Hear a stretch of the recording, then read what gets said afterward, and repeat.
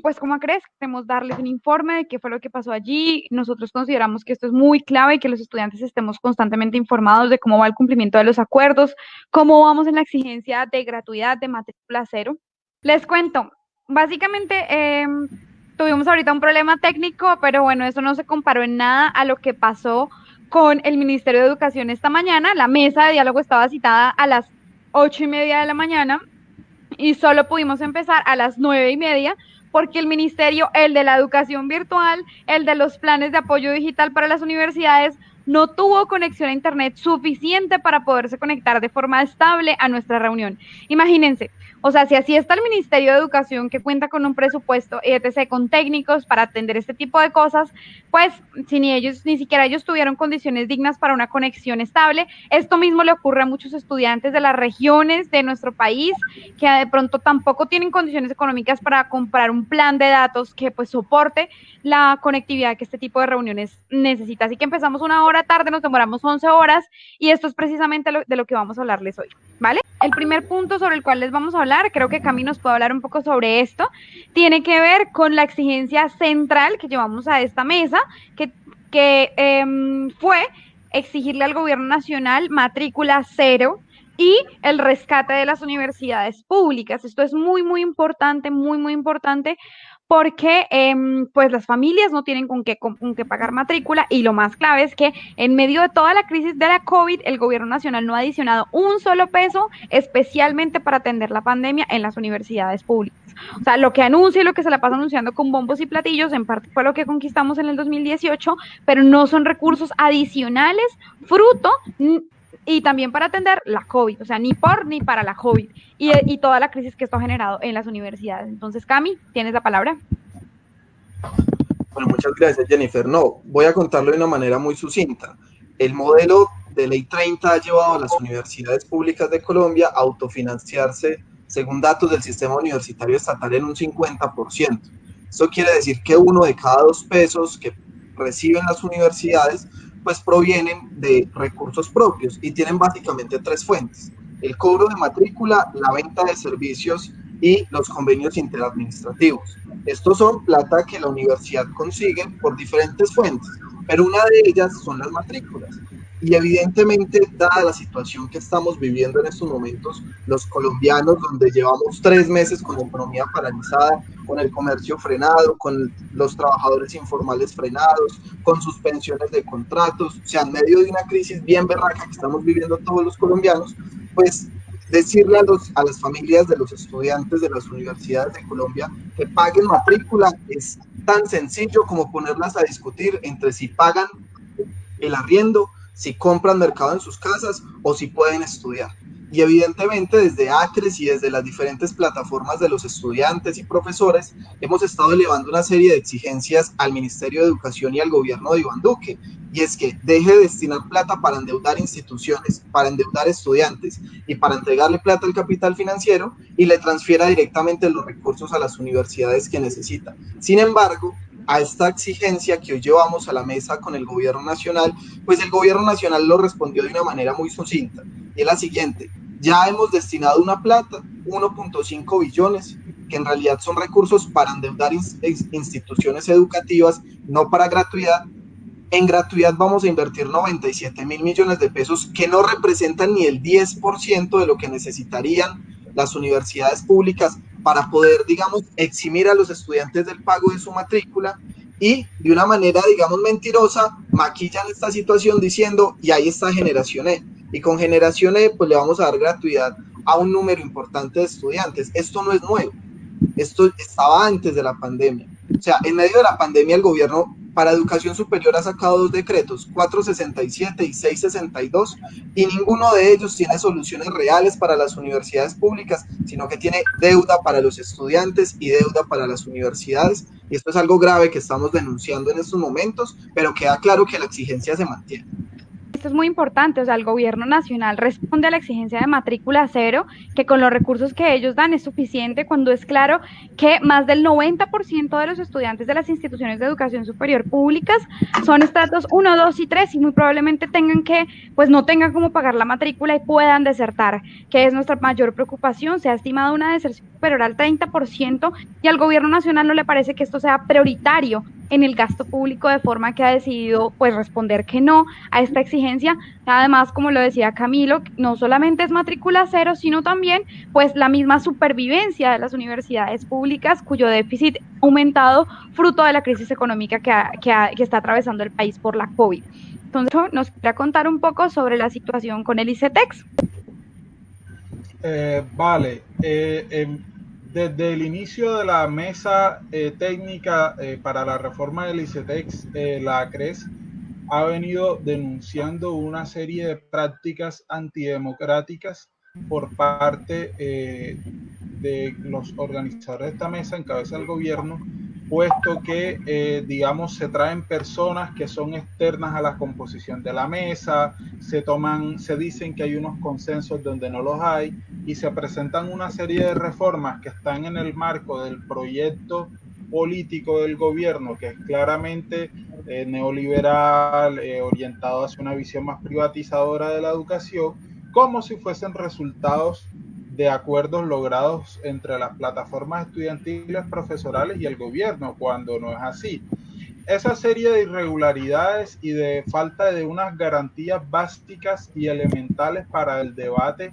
entre las partes hacen que la decisión de nuestra asociación sea levantarnos preventivamente hasta que existan unas condiciones de verdadero debate. No podemos seguir en un espacio donde verdaderamente no se están escuchando nuestras posiciones y simplemente se está tomando como si fuese una notaría para una agenda previa que ya tiene el gobierno. Hacia otro lado, en lo que concierne a los alivios del ICETEX para esta situación del COVID-19, debemos denunciar y ser muy claros que son muy mínimos, son recursos ínfimos comparados a la magnitud del problema. Como ya sabemos, muchas personas están a puertas de la deserción, muchas personas han perdido sus empleos, por lo cual no podrán seguir pagando los créditos. Entonces, lo que se está pidiendo es una cosa de decencia humana básica, de suspensión de cobro de intereses, cosa que a la misma Corte Constitucional ha estado de acuerdo, evitar el cobro de intereses sobre intereses y brindar una serie de apoyos verdaderamente audaces políticamente y que respondan a la magnitud de esta situación. Lo que es peor, alivios que venían del plan de alivios del ICETEX de finales del 2019, parte de eso están cogiendo, envolviéndolo en otro papelito y presentándolo como si fuesen alivios diferentes en la situación del COVID-19, que lo pueden ver en las distintas publicaciones del ICETEX. Entonces no estamos viendo ni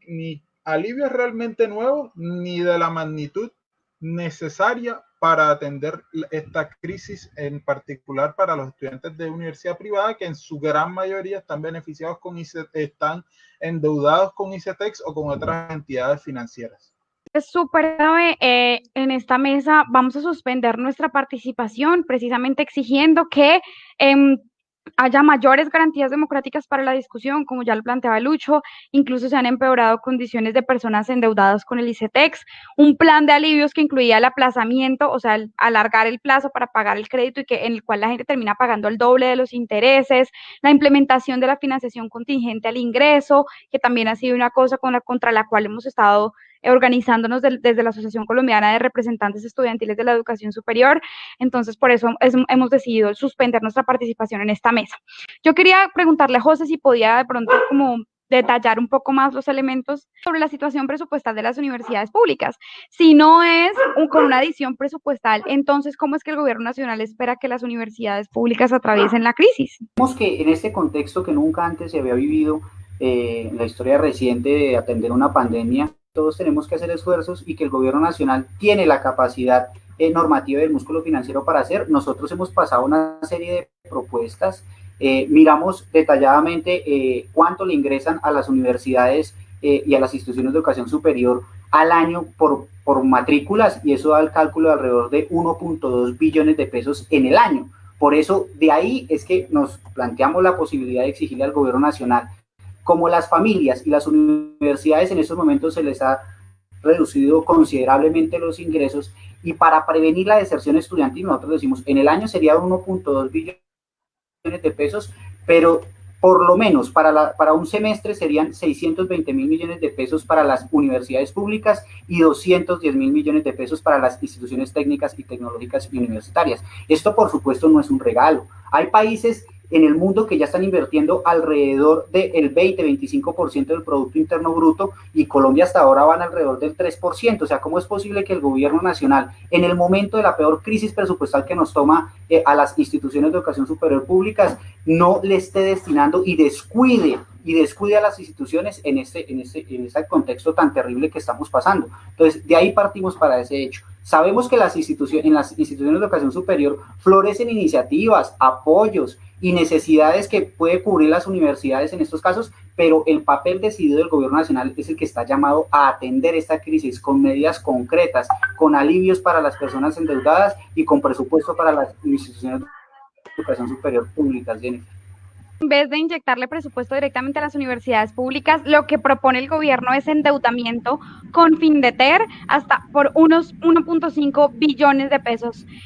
que también se planteó hoy en la mesa. Entonces, es muy clave que nosotros tengamos este panorama en cuenta, y lo que decía José es muy importante. Siempre el gobierno saca la excusa de que, ay, no, somos un país muy pobre, no tenemos ingresos suficientes para financiar la educación superior. Ahí demostramos cómo otros países han aumentado el gasto público por diferentes maneras con el objetivo de atender los problemas que han tenido los distintos sectores por la COVID. Digamos que la educación y la ciencia no son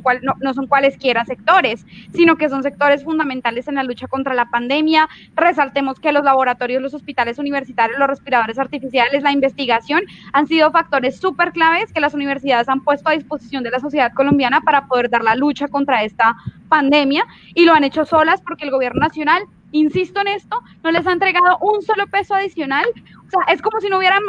estuviéramos en pandemia. Si no estuviéramos en pandemia, el gobierno nacional le hubiera dado la misma plata que le ha dado a las universidades públicas hasta ahora, mientras que las necesidades de las universidades además crecen por educación tecnológica, de bienestar, de alimentación, de residencias estudiantiles, y no han contado para esto con una inyección del presupuesto. Solo en la Universidad Nacional el faltante presupuestal se duplicó por la crisis del COVID y hasta ahora pues el gobierno no ha asumido esto. Pero bueno, en medio de todo esto hay una buena noticia que yo quiero contarles, y creo que es el motivo por el cual estamos hoy acá después de 11 horas de reunión, y por el cual pues estamos muy convencidos y muy convencidas de que esto puede cambiar, y es que fruto del acuerdo que conquistamos en el 2018, gracias a las masivas movilizaciones de estudiantes, profes, trabajadores y de toda la población colombiana, el presupuesto para el Ministerio de Ciencia y Tecnología aumentará en 203.000 millones de pesos, que es un aumento muy, muy importante, cerca del 60% del presupuesto del Ministerio de Ciencia y Tecnología. Ahora, más del 60% aumentará el presupuesto para este rubro, fruto de los saldos presupuestales apropiados y no comprometidos. ¿Se acuerdan todo el escándalo que hicimos el año pasado porque no cumplieron esa parte del acuerdo? Bueno, pues en esta ocasión han cumplido una parte de eso que se pactó para la financiación de la ciencia y la tecnología, y esto pues, a ver, es apenas obvio, ¿no? En el 2018 nos tocaba explicarles que había que financiar la ciencia y la educación, y tome su pandemia, y ahora sí, ¿quién dice que no hay que financiar la ciencia y la educación? Entonces, en este momento hay que decir que gracias a las movilizaciones de los estudiantes, de los profesores y de los trabajadores, el presupuesto de los saldos de la ciencia y la tecnología va a aumentar en 203.000 millones de pesos, que es el motivo por el cual, digamos, la idea final con la que nosotros queremos abordar este Facebook Live es que luchar por la educación sí funciona, y que no debemos abandonar esta exigencia que estamos haciendo hoy de matrícula cero y de garantizar pues la educación como derecho. Otra buena noticia también es que acordamos una reunión técnica con el SUE, que es el Sistema Universitario Estatal, en donde están los rectores de todas las universidades públicas, en donde vamos a tratar los elementos técnicos de una reforma a los artículos 86 y 87. Recuerden que estos son los artículos que rigen cómo crece la plata de las universidades públicas y que obligan a que el gobierno hoy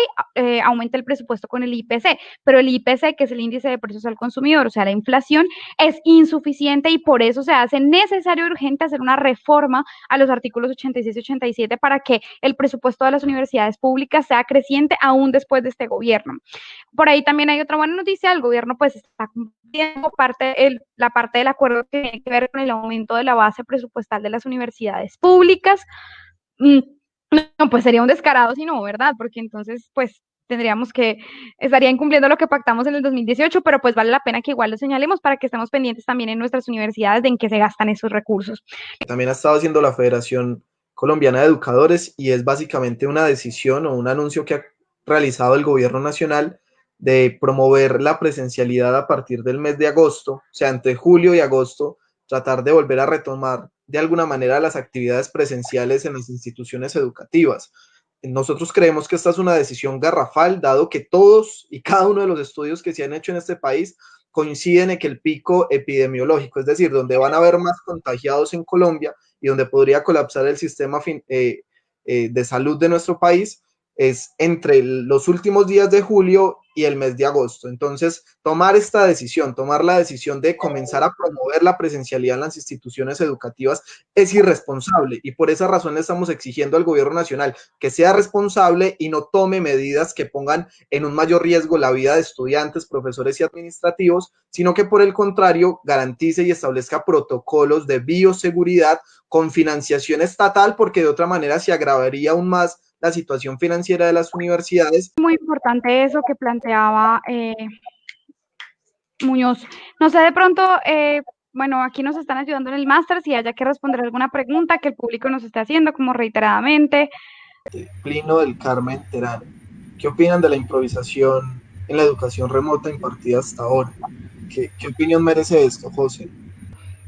Primero, recordar que uno de los motivos por la movilización en el 2018, el principal motivo, es el esquema fallido de financiación de la Ley 30. Esto ha llevado a que nuestras universidades hoy no estén lo más preparado posible para un contexto de atender la educación de manera remota o con apoyo virtual.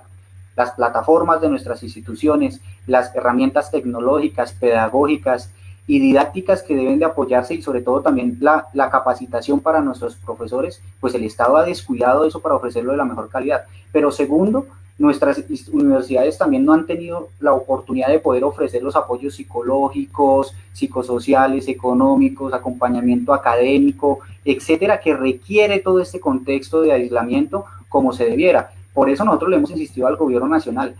Antes de la pandemia ya existía una crisis agudizada muy grave que solo se empezó a solucionar cuando hicimos la movilización en el 2018 y fue la primera victoria de muchas que sé que se vendrán en el futuro, pero en el contexto de la pandemia nos coge en el peor momento presupuestal para nuestras instituciones y en ese sentido pues nuestras universidades no cuentan hoy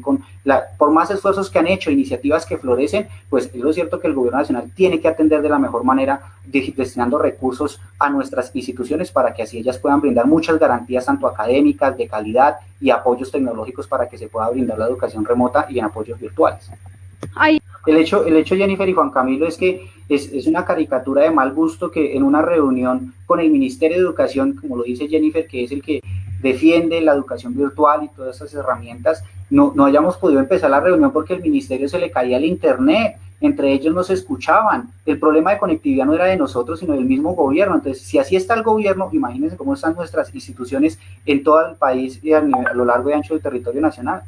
Y también vi una pregunta que fue sobre el tema de ciencia y tecnología. ¿Qué pasa? En el acuerdo se pactó que de la plata que todos los años sobra del presupuesto, por decirlo así, se llaman saldos presupuestales apropiados y no comprometidos o pérdidas por apropiación,